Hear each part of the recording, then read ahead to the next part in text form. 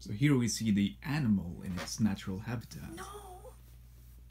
Aw, yes. No. See, there you go. That's the more you of you. Is that the Mimi? That's the you. But I'm nervous. Yeah. Alright, so these random questions, that's pretty cool on the website. I know, these questions are really good too. It's just, right. And it just generates it, like, for each refresh. That's cool. So, I find the first one interesting because it's a topic, well, not relevant, I would say, per se, but it's definitely something you've thought about before. So the question is, have you ever thought of adopting? No. I would not want to adopt because, well, I had an ex that was adopted and his mother was the nicest, sweetest, most wonderful, giving person in the world. But this guy was psycho. Mm. And, I just watched him ruin her life. So this guy put on a whole nice act for me. We dated briefly before I saw through him, and this was in a very dark time for me too. And then I ended up soon, fast forward a few weeks, I was on the phone with his mother, and she was crying because this guy was so psycho, and it's like she couldn't connect to him, and she did everything in her power to try to help him, and it was so painful to watch, and I would never want that to happen to us. Like, at least if someone has your own genes, yeah, you're still taking a risk, but there's a kind of automatic connection there. Like, you both share genes. So even though, like, me and my brother, for instance, could not be more different, but there's the gene connection. Like, we play music together and we both get in the same groove right away. Like, of all the drummers I've played with, my brother locks in with me the best. And that's the kind of thing you see with a family. You see, like, the people, you know, you can have a narcissistic person in the family, you can have an asshole, you can have a psycho, but there's still a way to communicate with them. Like a kind of automatic, like, you're all in the same groove, you all kind of walk to the same rhythm, in a way, despite totally different, whatever, personalities, cognition. So my fear would be, like, I just couldn't connect to the kid, I couldn't help them, and, like, it would be horrible for them and for me. So no, I wouldn't adopt. If I were to adopt, they would have to be older, like Right. like a 15-year-old or something.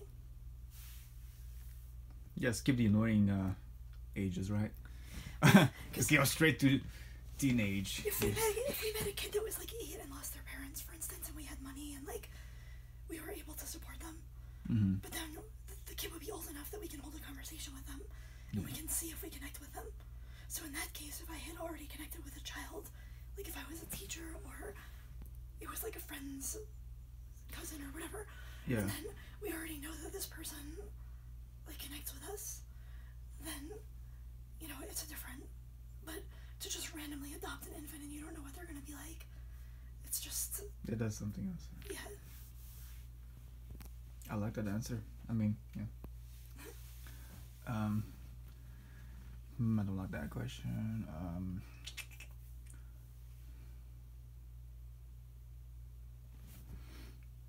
You don't like the question? Well, you know, I'm just, browsing, what makes you bored? I've never been bored in my life. I have no idea what people are talking about when they say that. I mean, you could lock me up in, like, a dark or a white room. Gus brought this up the other day. He said you can lock me in a white room for 24 hours and I would just be happy in my mind. Yeah. And I've always said that. I've always been like that. Like, since I was a kid, I mean, I used to tell myself ongoing stories on my way to sleep. And they would just go on and on and on for weeks, months, years, until I started writing. There's always something in my mind. So, I don't tend to skip around in my mind either. It's like a long, continuous, ongoing, building world of on and on. So,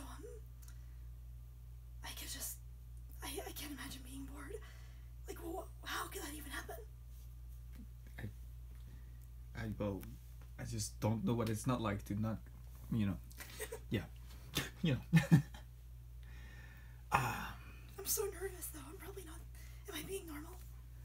You're nervous, yeah, sure, and I can tell, but I think you're. My heart's like beating really fast because I Oh, can't see myself. So I know. I've got it's like a whole surprise for you. But I mean, yeah, I mean it's nervous you, but you're still, you know, pretty much you. And um, what animal best represents your personality? this is a multifaceted answer. So I've always been attracted to the tiger, as you know. Look at that. But it's not just for the glamorous reasons. Like, sure, the tiger is the king of the jungle, whatever. But it also has very colorful, flamboyant stripes like me. I usually, since I was young, I've dressed up. I've actually calmed down a lot lately. But you know, they're flamboyant. They're like right there, like you spot them from far away. And also the idea that people want to shoot them for their skin, because I feel like people were interested in me more for my music and like my work and my flamboyance. But then, like the real me underneath, they couldn't handle it. Of course, what that really means is that I couldn't handle it. It's like a projection. I didn't know how to like be vulnerable to people, so I felt like they could be impressed by this beautiful code of gorgeousness that was unique to me, but you know, eye-catching. But then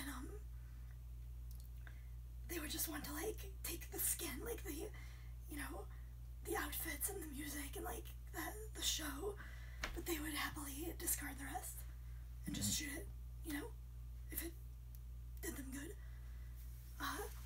Also, I related to the fact that the tiger will do whatever it has to get what it wants. That's been me my whole life. So it'll go in the water, it'll climb, it'll run, whatever. Other big cats are like limited to just one or the other, but the tiger does all those things. It swims and everything. So I really related to that, like the goal focus, and also the things that people don't see. Like when a tiger is hunting, its tail goes in between the grass blades so that it won't make a sound, and it like walks up quietly. And this is kind of how I used to seduce when I was like really self-conscious. It's like people wouldn't realize that I was hunting, so I'd come on like all quiet, and you know, my tail's like going in between the grass, like Art of Seduction style, like I'm doing some art and I'm like looking pretty and just like kind of there, and then like right when they're not expecting it, like so there's a lot of things I related to, and also like just the solitary lifestyle of tigers, because I'm actually a very solitary creature before I met you. Like even if I had friends and sometimes like boyfriends, rarely, it's like my project and my hunting and everything was like by myself. Like it worked for me, I did my projects for me, I was the leader and the visionary. Like I did as much of as I could. I could outsource to other people, but it was like with them I was making deals like, you're gonna join the band and this is what you're gonna get from it, but ultimately it's my vision. So like I take on all the responsibility, but ultimately I'm working for myself. So that was the thing with the tiger, of like the solitary cat, you know, him for himself or her for herself, even if they could have lovers and a pride. I don't know what it's called with tigers, but they're known to be solitary. Yeah. So what do you think? This is like 9 minutes. We done good? Well, okay. I have one more thing to add to the animal though. Okay. Go ahead. So, do you think I'm being like myself right now? You're being like an animal. No. Okay. So the lyrebird is another animal I relate to, because it sings everything, like including the sound of the chainsaws and the horrible noises in the forest that are like or whatever. And the lyrebird like imitates all of them, all to attract a mate, which is kind of how I see my music. It's like I'm singing the dark stuff, the not so pretty stuff, and like the disruptive, horrible stuff, but I'm putting it all into the music. And ultimately, you know, music is like I was hoping that it would attract my soulmate, which ultimately it did, because you found my music online.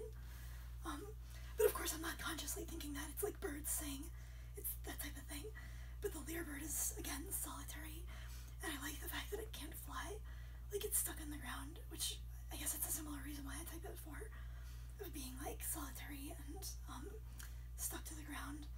Like, I'm watching all these other birds fly out there, but, I can't quite get off the ground.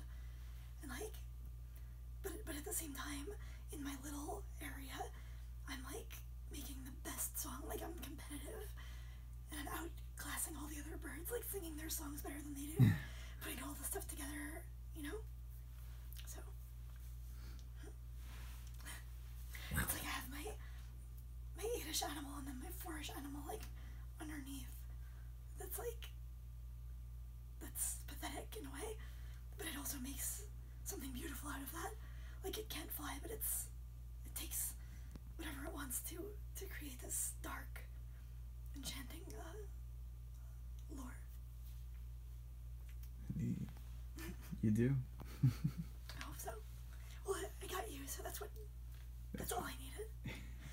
If my other albums were recorded, then I wouldn't need to do music anymore.